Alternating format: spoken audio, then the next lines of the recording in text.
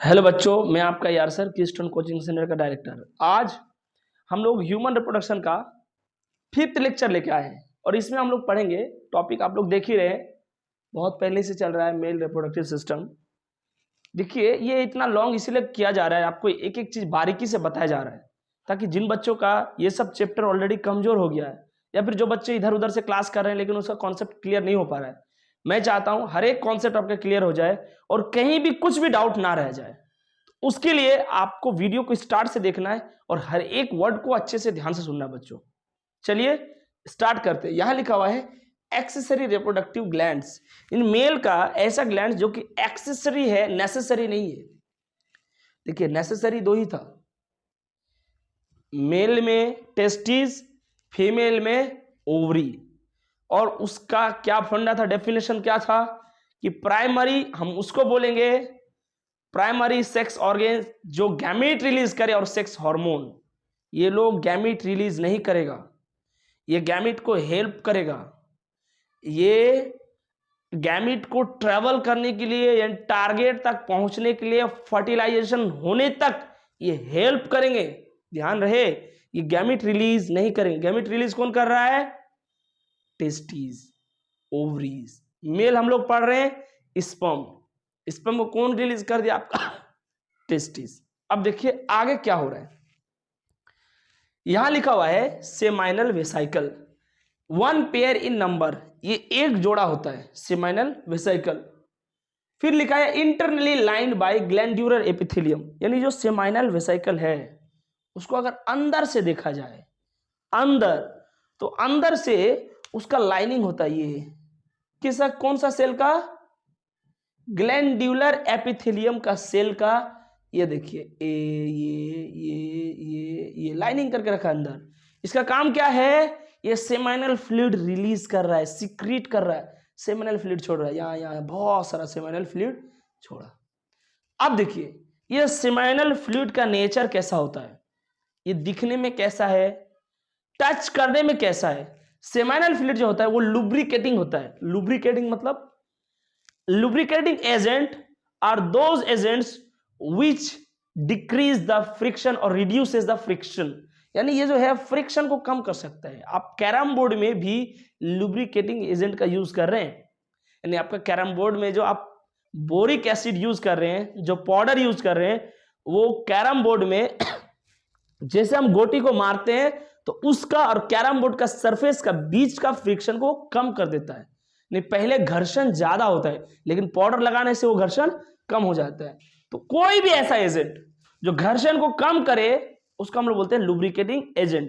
तो इसका जो फ्लूइड होता है यानी सेमाइनल फ्लूइड जो होता है वो लुब्रिकेटिंग होता है, यानी वो पेनिस को और सर्विक्स के बीच में जो फ्रिक्शन होता है उसको कम कर सकते हैं। यानी पेनिस फीमेल ट्रैक्ट में जैसे एंट्री करता है तो उसको चलने में और आगे पीछे करने में उसमें जो फ्रिक्शन लगता है उस फ्रिक्शन को ये घटा सकता है ये फ्लूइड, ताकि वो आसानी से जा सके। अब देखिए फिर होता है ट्रांसपेरेंट, यानी सेमाइनल फ्लूइड जो होता है वो ट्रांसपेरेंट होता है, यानी पारदर्शी, उससे हम लोग आर पार देख सकते हैं।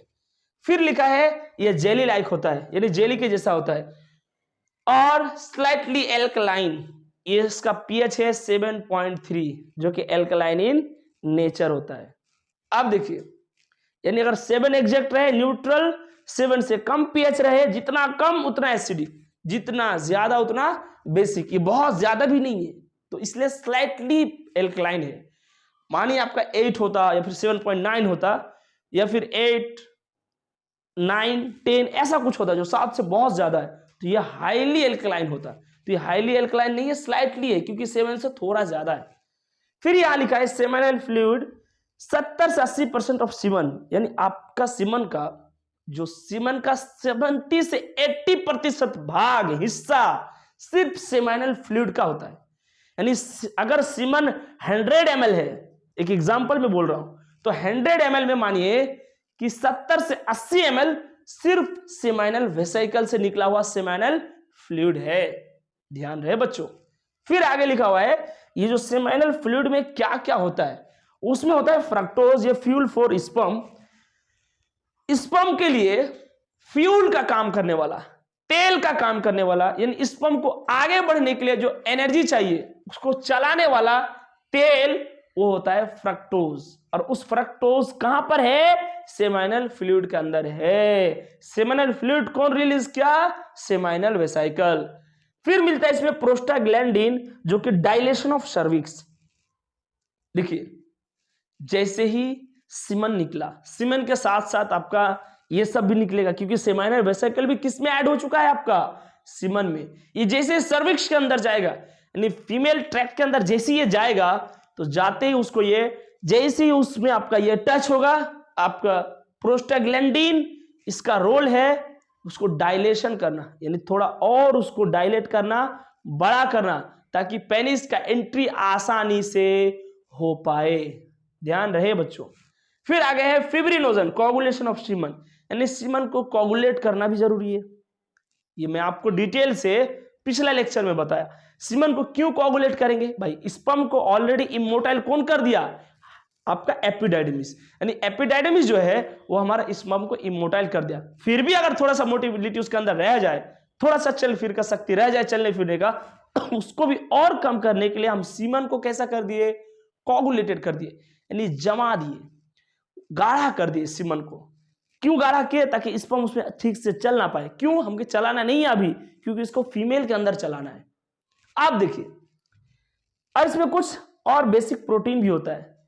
उसके बाद दूसरा जो है वो है प्रोस्टेट ग्लैंड। देखिए, प्रोस्टेट ग्लैंड का लोकेशन है located below the urinary bladder. ये यूरिनरी ब्लैडर के नीचे है। अगर आपको एग्जैक्ट लोकेशन माइंड में नहीं आ रहा है, इमेज नहीं बन पा रहा है कि सर आप लोकेशन क्या बोल रहे हैं, हमें समझ में नहीं आ रहा है, प्लीज 4th लेक्चर को अच्छे से देखिए, उससे पीछे देखिए, मैं इमेज वगैरह अच्छे से बना दिया हूं, और वहां पर एक एक का फोटो वहां डिटेल से दिया हुआ है, ताकि आप वहां से रिलेट कर पाए कि किसका कहां पर लोकेशन है अच्छे से, और किसके बाद कौन है, और कहां का क्या सिक्रीशन है। अब देखिए, सिंगल इन नंबर, ये 1 पेयर था, ये सिंगल है, लेकिन ये सिंगल तो है, लेकिन ये 5 लोब में डिवाइडेड है, यानी सिंगल रहते हुए भी ये 5 हिस्सा में बटा हुआ है। कौन? Prostate gland. देखिए 5 हिस्सा में कैसे बटा हुआ है, थोड़ा सा मैं एग्जांपल के लिए बताओ। मानिए आपका प्रोस्टेट ग्लैंड है, तो प्रोस्टेट ग्लैंड का ये आगे वाला हिस्सा को हम लोग बोलते हैं एंटेरियर। क्या बोलते हैं? एंटेरियर। पीछे बोलते हैं पोस्टेरियर, और बीच साइड में हो गया आपका, 2 साइड में हो गया लेटरल। देखिए 5 हिस्सा कैसे, मानिए ये वाला हिस्सा एंटेरियर, पीछे वाला हिस्सा पोस्टेरियर, साइड वाला हिस्सा लेटरल। तो 2 साइड 2 लेटरल, एक पोस्टेरियर पीछे वाला, एक एंटीरियर, और एक बीच में होता है, उसको हम लोग बोलते हैं मीडियन। क्या बोलते हैं? मीडियन।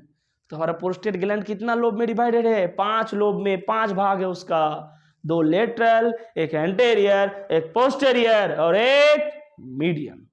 अब देखिए, इसका पीएच है 7.2, और ये एल्कलाइन नेचर का होता है, यानी जो प्रोस्टेट ग्लैंड का जो सिक्रीशन है उसका पीएच है 7.2, यानी ये भी स्लाइटली एल्कलाइन ही है।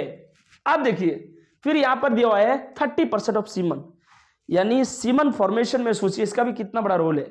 वो 70 से 80% था, और ये मानिए 30% ये है। वो एवरेज में है, मानिए 70 से 80, और ये एवरेज लगभग 30। 1-2% कम हो सकता है, 28, 29 ऐसा कुछ होता है। और अगर हम 70 जोड़े तो 70, और अगर हम इसका एवरेज में 30 नहीं मान के 28 मानते तो हो जाएगा 98। और 1-2% जो होता है वो कॉपर्स ग्लैंड का सिक्रीशन होता है, जो कि लिखा हुआ है इधर।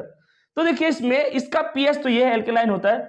प्रोस्टेट फ्लूइड जो होता है इतना, सिट्रिक एसिड होता है इसमें, इसको बोलते हैं fuel for sperm in Krebs cycle. जब क्रेब्स साइकिल चलता है, क्रेब्स साइकिल क्या है हम आगे समझेंगे, तो क्रेब्स साइकिल में भी स्पर्म को फ्यूल का जरूरत पड़ता है। उस फ्यूल का रिकवरी करने के लिए, यानी वो फ्यूल कौन है? Citric acid. फिर प्रोफिब्रिनोलाइसिन लिक्विफिकेशन ऑफ सीमन। देखिए, मैं आपको बार बार बता रहा हूं, सीमन हमारा अभी कोगुलेटेड है, यानी जब तक सीमन मेल के अंदर है तब तक वो कोगुलेटेड है, और निकलने के बाद भी 15 से 20 मिनट तक वो कोगुलेटेड फॉर्म में रहता है, यानी जमा हुआ रहता है। उसके बाद वो पानी पानी टाइप से लिक्विड हो जाएगा। उसको दोबारा लिक्विड कौन बनाया, जमा हुआ सीमन को, यही प्रोफिब्रिनोलाइसिन। ये इनएक्टिव होता है शुरू में, फिर 15-20 मिनट के बाद ये एक्टिव हो जाएगा, और ये एक्टिव हो जाएगा तो फिर ये क्या करेगा, सीमन को दोबारा कोगुलेशन से लिक्विफिकेशन कर देगा। लिक्विफिकेशन जैसे ही हो गया आपका उसमें स्पर्म जो है आराम से अब चल फिर सकता है। ये जरूरी है करना, क्योंकि जैसे ये सर्विक्स के अंदर यानी फीमेल के अंदर हमारा सीमन चला गया, अब उसको अगर 15-20 मिनट के अंदर अगर कोगुलेटेड से लिक्विफाइड नहीं करेंगे तो फिर हमारा स्पर्म अच्छे से नहीं दौड़ पाएगा। इसमें कैल्शियम +2 और फॉस्फेट होता है। इसका बाइंडर यहां है, इसका कॉन्सेप्ट अभी नहीं आएगा आपको समझ में। देखिए सिट्रेट जो होता है और इनोसिटोल, ये दोनों सेमाइनल फ्लूइड में पाया जाता है। ये बाइंड करता है कैल्शियम के साथ, ये बाइंड करता है फॉस्फेट के साथ, और ये बाइंड करने के बाद जो बनता है, ये लोग क्या करता है, स्पर्म का मोटिलिटी को बढ़ाता है, यानी स्पीड को बढ़ाता है। अब देखिए, अब आया आपका काउपर्स ग्लैंड। इसी का दूसरा नाम है बल्बो यूरेथ्रल ग्लैंड। ये भी आपका एक पेयर होता है, वो भी एक पेयर था, ये आपका एक था, 5 लोब था, और ये अभी आपका एक पेयर है। इसका लोकेशन है on lateral side of urethra. फिर वही बात, अगर लोकेशन नहीं आ रहा समझ में, आप जाके देखिए, हम यूरेथ्रा के बगल में बनाया हुआ है आपका काउपर्स ग्लैंड। ये काउपर्स ग्लैंड यूरेथ्रा का दोनों साइड में मिलता है।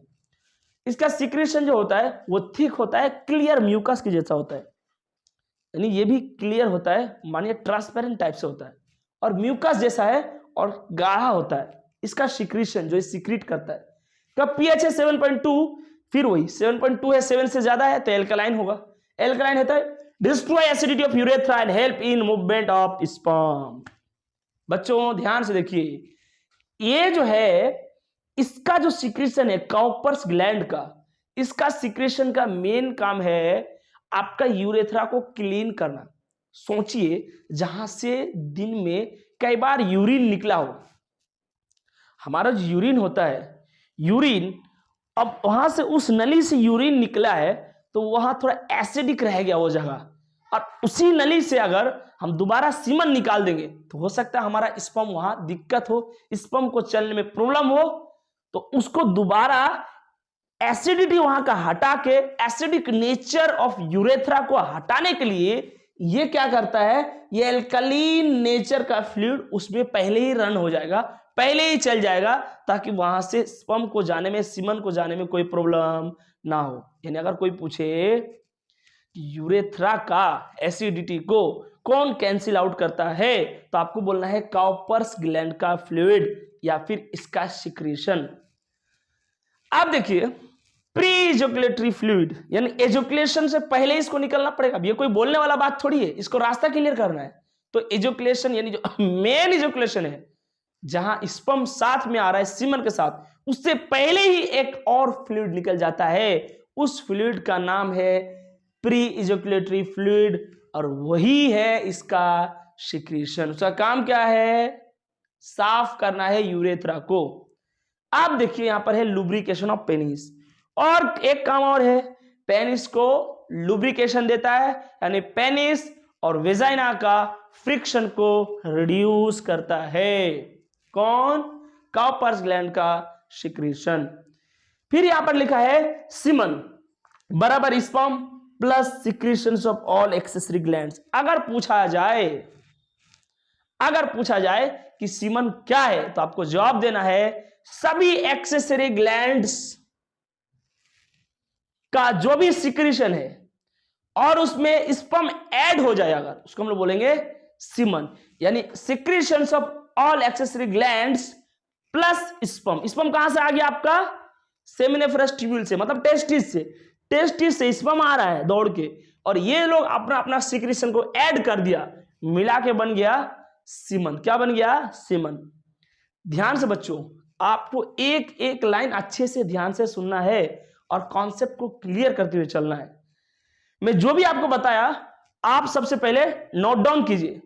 हाँ तो बच्चों, आप लोग उसको नोट डाउन कर लिए होंगे, और उसके बाद कुछ और पॉइंट्स है जो उसी से रिलेटेड है, हम लोग इसको समझते हैं और यहां से सवाल बनते हैं और कुछ डाटाबेस क्वेश्चन भी बनते हैं। आपको ध्यान से सुनना है और अच्छे से समझना है एक एक चीज को। देखिए यहां पर लिखा हुआ है सीमन बराबर sperm plus seminal fluid plus prosthetic fluid plus Cowper's fluid. मुझे लग रहा है यहां तक तो दिक्कत नहीं होनी चाहिए आपको, क्योंकि ये कॉन्सेप्ट क्लियर है कि सीमन में स्पर्म रहेगा और सेमाइनल फ्लूइड कहां से आ रहा है, सेमाइनल वेसिकल से आ रहा है, प्रोस्थेटिक फ्लूइड प्रोस्थेटिक ग्लैंड से आ रहा है, काउपर्स फ्लूइड काउपर्स ग्लैंड से आ रहा है, और आपका स्पर्म आ रहा है कहां से, टेस्टिस से।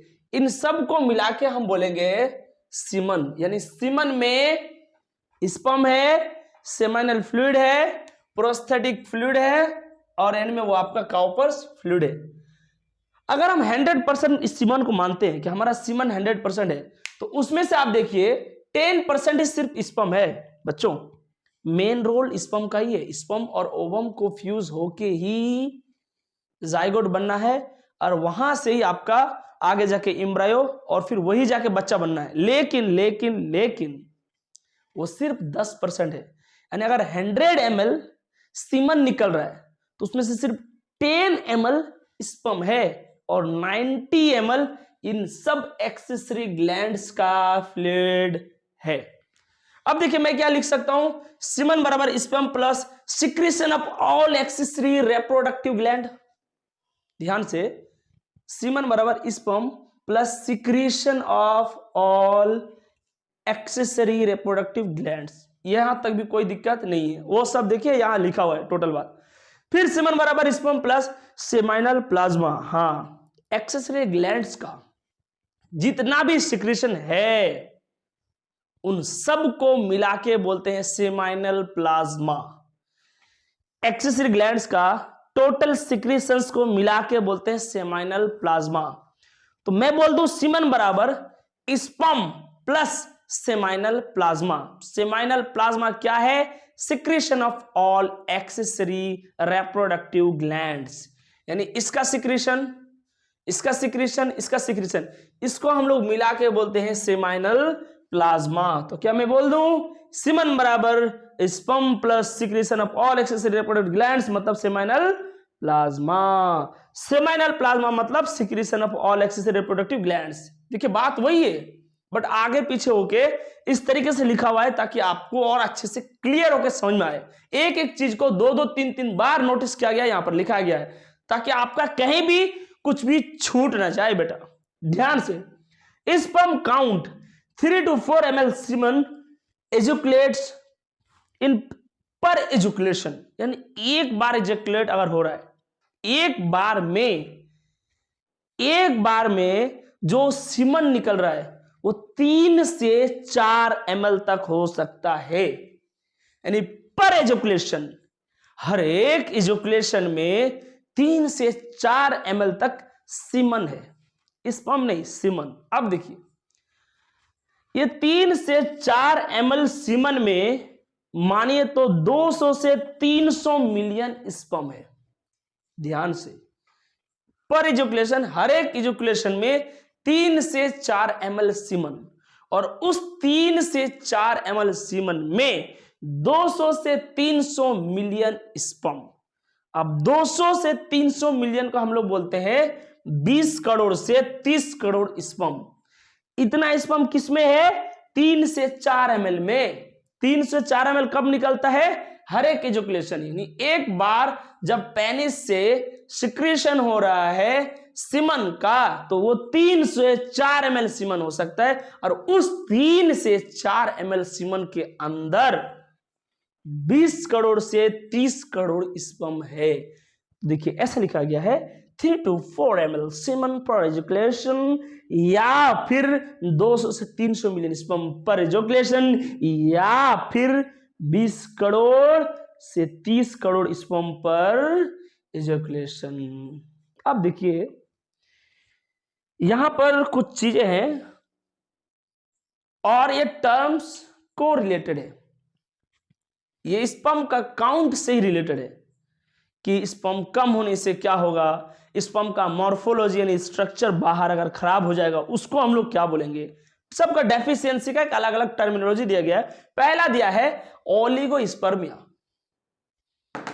ओलिगोस्पर्मिया का मतलब लेस देन 20 मिलियन स्पर्म पर ml।